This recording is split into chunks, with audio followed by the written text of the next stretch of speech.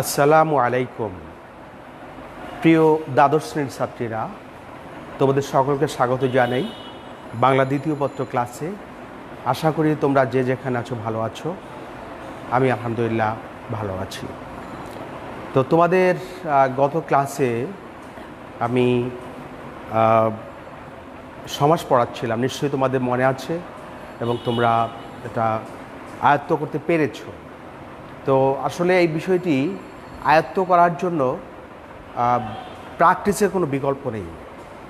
যত বেশি তোমরা অনুশীলন করবে ততই তোমাদের কাছে বিষয়টি সহজ হবে। এক্ষেত্রে তোমাদের যে নিয়মগুলো তো আমি বলেছি যে আমরা কিভাবে চিনব কোনটি কোন সমাস, তো এই বিষয়টিও তোমাদেরকে আমি আগের ক্লাসে বলেছিলাম।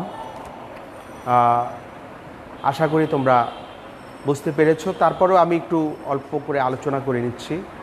যেমন ধরো, যে পদে উভয় পদের অর্থের প্রাধান্য, অর্থাৎ পূর্বপদ পরপদ উভয় পদের অর্থের প্রাধান্য, সেই সমাস হচ্ছে দ্বন্দ্ব সমাস। এরপরে কর্মদ্বারের সমাস হচ্ছে যে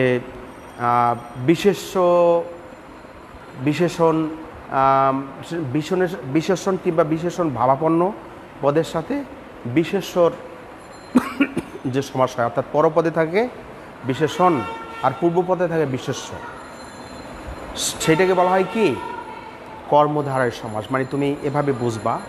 এরপরে আর একটি নিয়ম আছে, যেমন যিনি তিনি যে সে যাকে তাকে যখন তখন, এগুলো থাকে সাধারণত কর্মধারয় সমাসে। এরপরে তৎপুরুষ সমাস হচ্ছে যে একেবারে সহজভাবে আমি বোঝাচ্ছি, যে দেখবা যে বিভক্তি লোপ পেয়েছে, যেখানে যেই বিভক্তি লোপ পাবে যেই পদে, সেইটা হচ্ছে সেই কর্মধারয় সমাস। যেমন দ্বিতীয়া, তৃতীয়া, চতুর্থী। দ্বিতীয়া কে রে, তারপরে তৃতীয়া দ্বারা দিয়া কর্তৃক, চতুর্থী জন্য নিমিত্ত, পঞ্চমী র এর ষষ্ঠী, পঞ্চমী হতে থেকেছে ষষ্ঠী র এর, এবং সপ্তমী হচ্ছে অ এ অ অন্ত্যেষ্টিয় তে। এই বিভক্তিগুলো যখন লোপ পেয়ে যাবে বা বাদ করে যাবে, তখন সেটি হচ্ছে তৎপুরুষ সমাস। এরপরে হচ্ছে হলো দ্বিগু সমাস। দ্বিগু সমাসে সমাহার থাকে, পরপদে আর পূর্বপদে থাকে সংখ্যাবাচক শব্দ। যেমন তিন ফলের সমাহার, ত্রিফলা সমাহার থাকে, পূর্বপদে থাকে সংখ্যাবাচক শব্দ, পরপদে থাকে সমাহার, সেটা হচ্ছে কি দ্বিগু সমাস।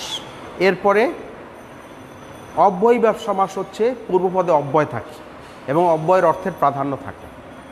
যেমন ধরো নিরামিষ, আমিষের অভাব, নি এখানে একটা অব্যয়। তারপরে আজীবন, আয় একটা অব্যয়, কেমন। এরপরে প্রতি, দিন দিন, প্রতিদিন, প্রতি একটা অব্যয়। এই যে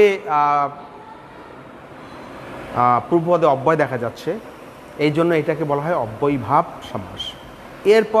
এরপরে আছে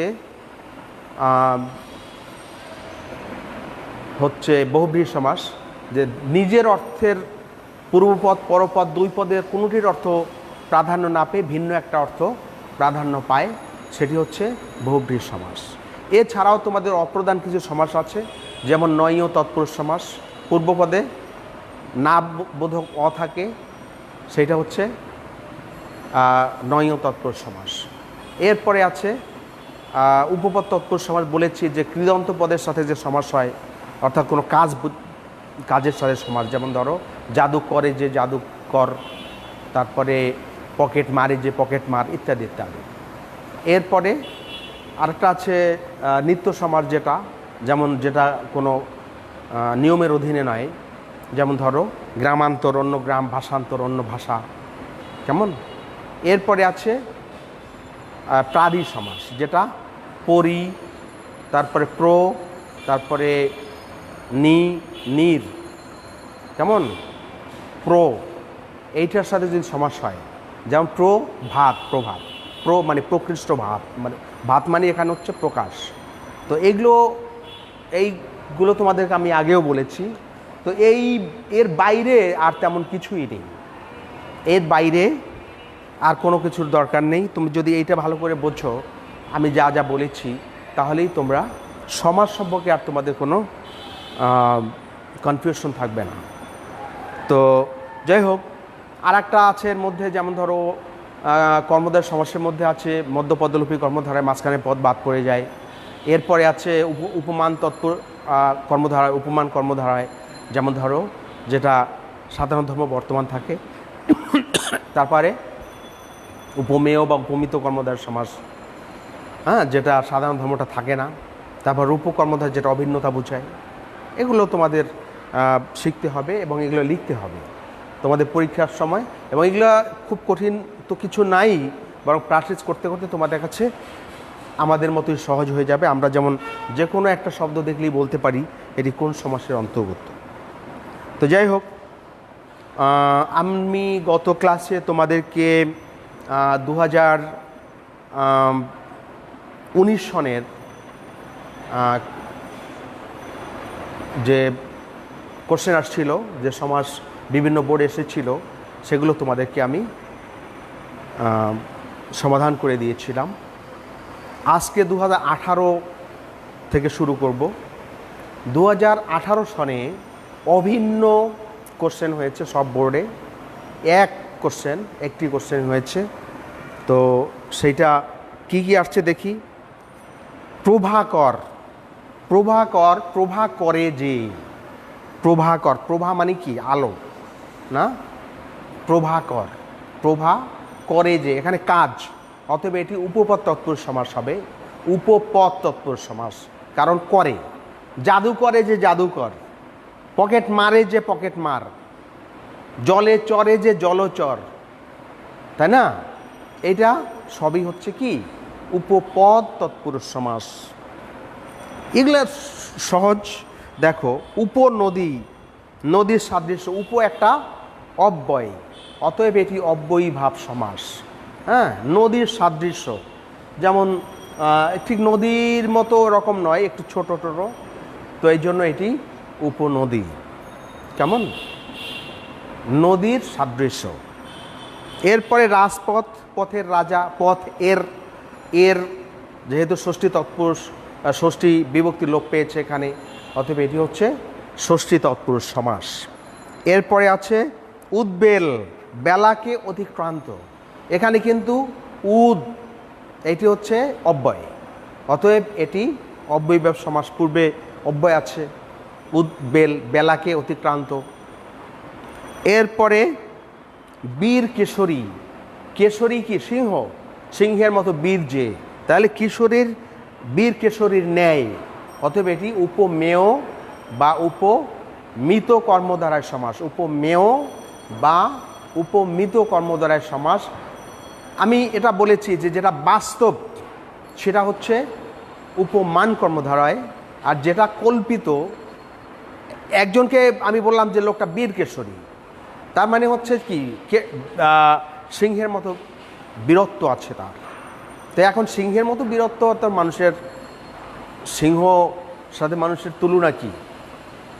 একটা মানুষের কল্পিত একটি বিষয় এটি, অতএব এটি হচ্ছে উপমান উপমেয় বা উপমিত কর্মধারায় সমাস।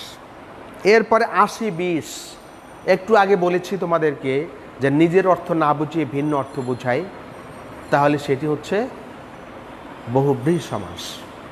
এখন 80-20, 80 মানে দাঁত, আর 80তে 20 আছে যার, এটা হচ্ছে সাপকে বোঝায়। এখানে ভিন্ন অর্থ বোঝে, অর্থাৎ সাপকে বোঝে। 80-20 মানে সাপ, দাঁতে বিষ আছে, তো এই জন্য তাকে হচ্ছে সমাস। কোন সমাস এটি? বহুব্রীহি সমাস। এখন কেন বহুব্রীহি সমাস হলো? 80তে বিষ তো অনেকেরই আছে। যেমন ধরো কুকুরের দাঁতে বিষ আছে, কুকুর যদি কামড় দেয় তাহলে হাইড্রোফোবিয়া হয়, অনেক চিকিৎসা করতে হয়। আগে তো আরও বেশি কঠিন ছিল চিকিৎসা। তো এই যে একটা মানে বিষাক্ত একটাই, কুকুর কিন্তু 80 বিষ নয়। আবার তোমার অনেক প্রাণী আছে যার দাঁতে বিষ আছে, অনেক পোকা আছে যার দাঁতে বিষ আছে, অনেক প্রাণী আছে যার দাঁতে বিষ আছে, তো সেগুলো কিন্তু আমরা আশি বিষ বলি না, ভিন্ন একটি প্রাণী, অর্থাৎ নির্দিষ্ট একটি প্রাণী, ওর মতো কিন্তু অন্য প্রাণীকে আমরা বলি না। এটি হচ্ছে সাপ, সাপকে বলি আশি বিষ, অতএব এটি হচ্ছে বহুব্রীহি সমাস। এরপরে বই পড়া, বই কে পড়া, তাহলে কে দ্বিতীয়া তৎপুরুষ সমাস, কারণ দ্বিতীয় বিভক্তি লোপ পেয়েছে। বই কে পড়া, বই পড়া। এরপরে অহিনকুল দ্বন্দ্ব সমাস, কারণ ওহি আর নকুল, ওহি ও নকুল, কেমন, ওহি মানি সাপ, নকুল মানি বেজি, সাপ বেজি, অতএব এটি একই দুটি পদের অর্থ প্রধানভাবে বোঝানো হয়েছে, অতএব এটি হচ্ছে দ্বন্দ্ব সমাস। একটু আগে বলেছি যে দুটো পদের অর্থ যদি প্রাধান্য পায় তাহলে সেটি হচ্ছে দ্বন্দ্ব সমাস। এরপরে আছে আমাদের একটু আগে আমি যে কথা বলেছি তোমাদেরকে যে 2018 সনে অভিন্ন প্রশ্ন ছিল, একটাই মাত্র, সমস্ত বোর্ডে এক প্রশ্ন দিয়ে পরীক্ষা হয়েছে। তো 17তে আবার ছিল বিভিন্ন, 17 থেকে আবার শুরু করি। 17 সনে রাজশাহী বোর্ডে কি কি আসছে আমরা দেখি। চতুষ্পদী, চতুষ্পদী, চতুর্পদ আছে যার, মানে চার পা আছে যার, চতুঃ মানে চার, তাইলে তুমি চতুষ্পদী বলতে এখানে কিন্তু চার পা আছে যার লিখলেও সঠিক, চার পা আছে যার, তাহলে চার পায়ের সমাহার। এখানে কিন্তু এই বিষয়টা তোমাদের মনে রাখতে হবে যে চতুঃ পায়ের সমাহার বা চার পায়ের সমাহার, এখানে চার হচ্ছে সংখ্যাবাচক শব্দ আর পরপদে গিয়ে সমাহার হয়েছে, অতএব এটি হবে দ্বিগু সমাস। এরপরে আমরণ, মরণ পর্যন্ত, এটা আগেও বলেছিলাম, একটা অব্যয়, অতএব একটি অব্যয়ভাব সমাস। এরপরে সত্যভ্রষ্ট, সত্য থেকে ভ্রষ্ট, হতে থেকে চেয়ে পঞ্চমী তৎপুরুষ সমাস, কারণ এটা পঞ্চম বিভক্তি লোপ পেয়েছে, অতএব সত্যভ্রষ্ট হচ্ছে সত্য থেকে ভ্রষ্ট। এরপরে চাঁদমুখ, মুখ চাঁদের ন্যায়, চাঁদমুখ বা চন্দ্রমুখ, মুখ চন্দ্রের ন্যায়, এরকম লিখতে পারো, মুখ চাঁদের ন্যায়, এটি হচ্ছে উপমিত কর্মদ্বারায় সমাস, একটু আগে যে কথা বলেছি। এরপরে 7, 17, 7 ও 17 সংখ্যাবাচক দ্বন্দ্ব সমাস, এখানে সংখ্যাবাচক তোমাদের লেখার প্রয়োজন নেই, এটি হচ্ছে কি সমাস,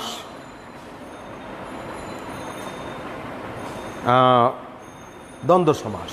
দুটোর সব অর্থ প্রাধান্য পেয়েছে, 7ও আসছে সমানভাবে, 17ও আসছে।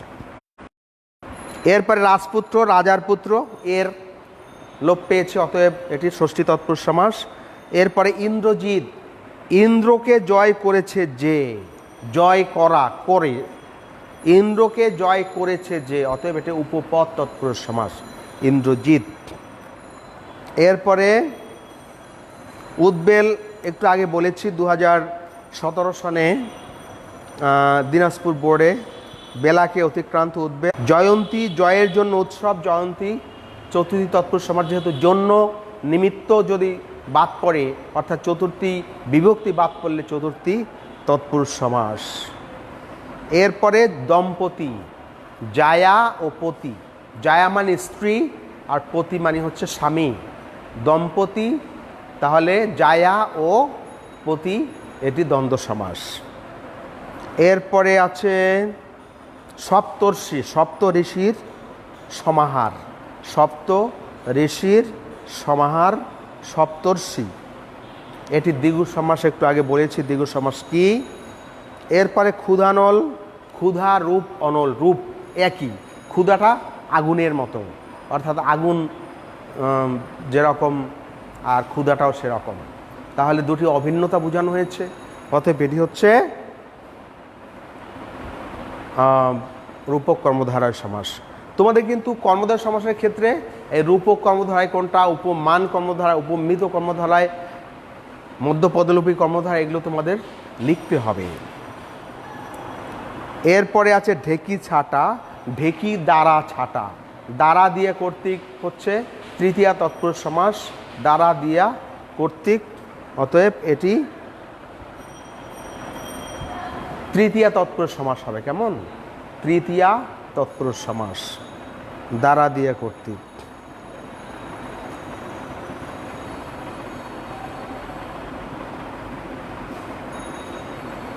এরপরে বিলাত ফেরত, বিলাত হতে বা হতে ফেরত, বিলাত হতে, হতে থেকে চেয়ে যদি হয় তাহলে সেটি পঞ্চমী তৎপুরুষ সমাস হয়। বিলাত হতে ফেরত, এটি পঞ্চমী তৎপুরুষ সমাস। এরপরে নদীমাতৃক বহুব্রীহি সমাস, নদী মাতা যার, ভিন্ন অর্থ বোঝানো হয়েছে, অতএব এটি বহুব্রীহি সমাস হবে। কেমন? এই গেল দিনাজপুর বোর্ড 2017। এরপরে কুমিল্লা বোর্ড 2017তে কাজল কালো। কাজল কালো একই, যে জিনিসটাকে তুলনা করা হয়েছে এবং যাকে তুলনা করা হয়েছে দুটি অভিন্ন যদি থাকে, হ্যাঁ একই থাকে দুটো, তাহলে সেটি সবসময় উপমান কর্মদ্বারা সমাস হয়। কাজল কালো, কাজলের ন্যায় কালো। এরপরে পথে ঘাটে, পথে ও ঘাটে, এটি তোমাদের বেশি ইম্পর্ট্যান্ট, এটি তোমাদের বুঝতে হবে। এখানে কিন্তু দ্বন্দ্ব সমাসে বিভক্তির লোপ পায় নাই। দেখো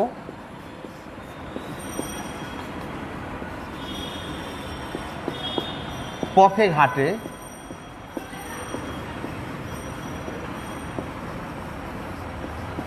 পথে ও ঘাটে, এখানে এ বিভক্তি, দ্বন্দ্ব সমাসে এ বিভক্তি যদি লোপ না পায় তাহলে সেটি হচ্ছে অলুক দ্বন্দ্ব সমাস, এটি তোমাদের লিখতে হবে। আরও কিছু উদাহরণ আছে এরকম, যেমন ধরো বনে বাদারে, বনে ও বাদারে, এটা অলুক দ্বন্দ্ব সমাস। দেশে বিদেশে, দেশে ও বিদেশে। হাতে কলমে, হাতে ও কলমে, কেমন? এটা অলুক দ্বন্দ্ব সমাস, মনে রাখতে হবে। এরপরে ঊর্ণনাভ,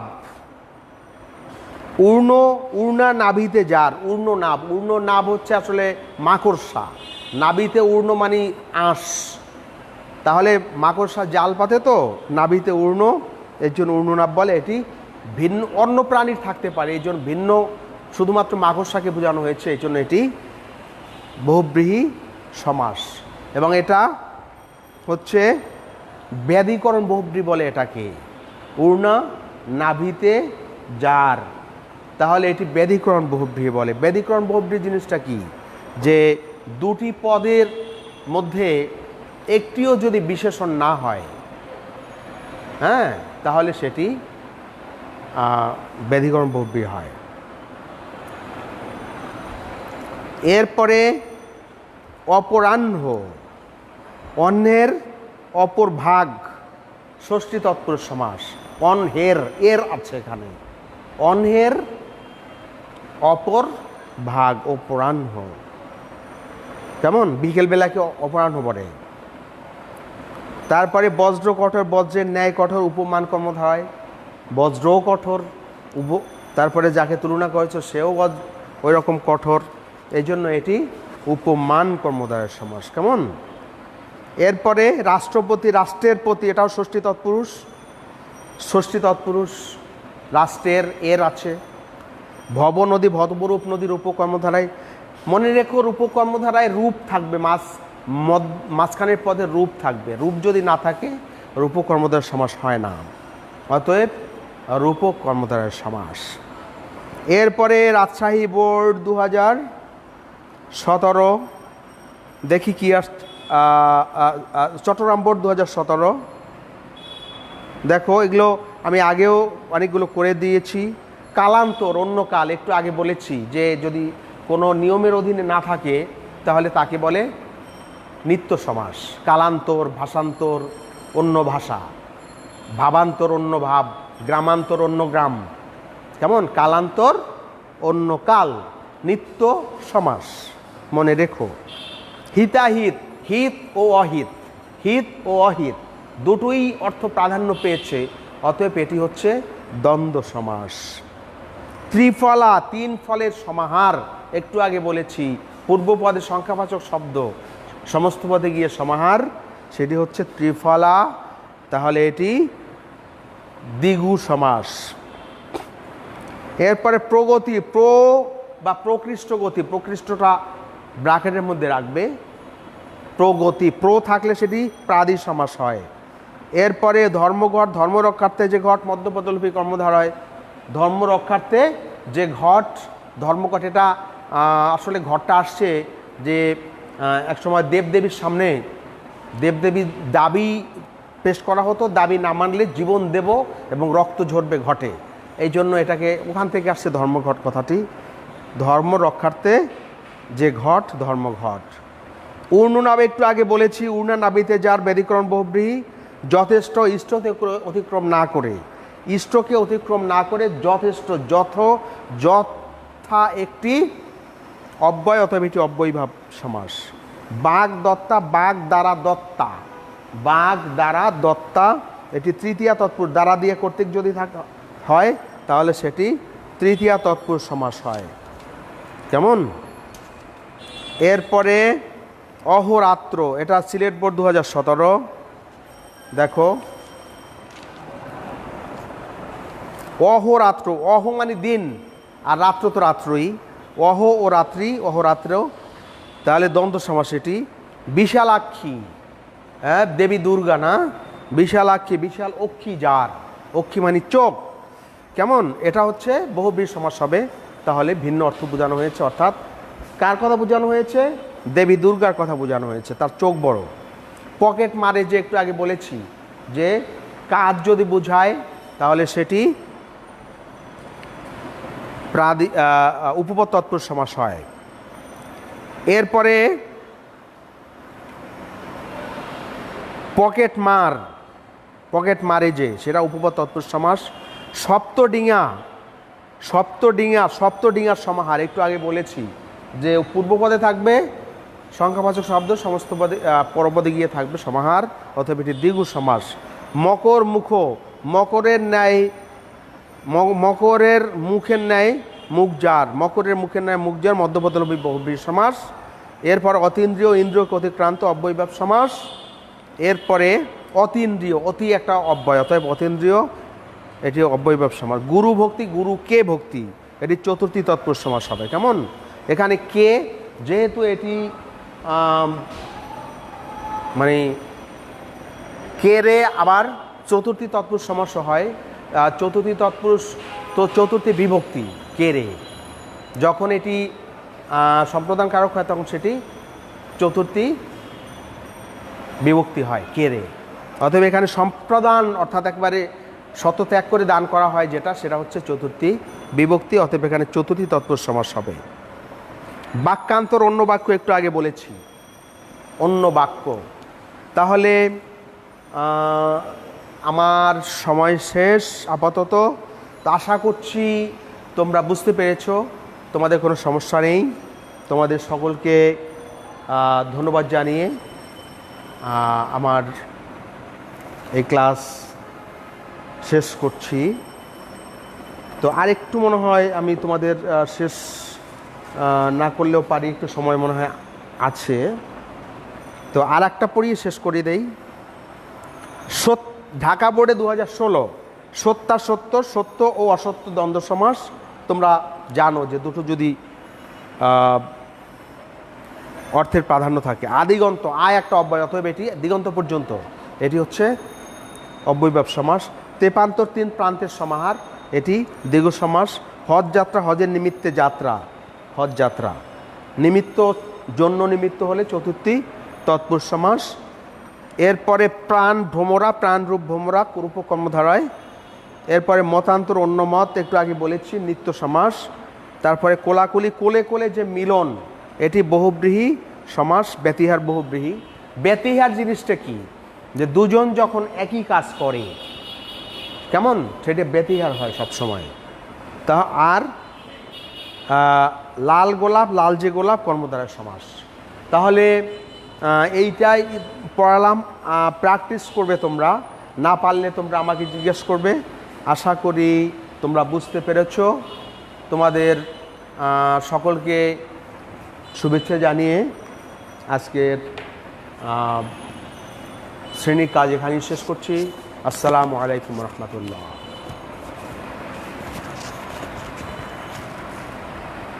মলি কই?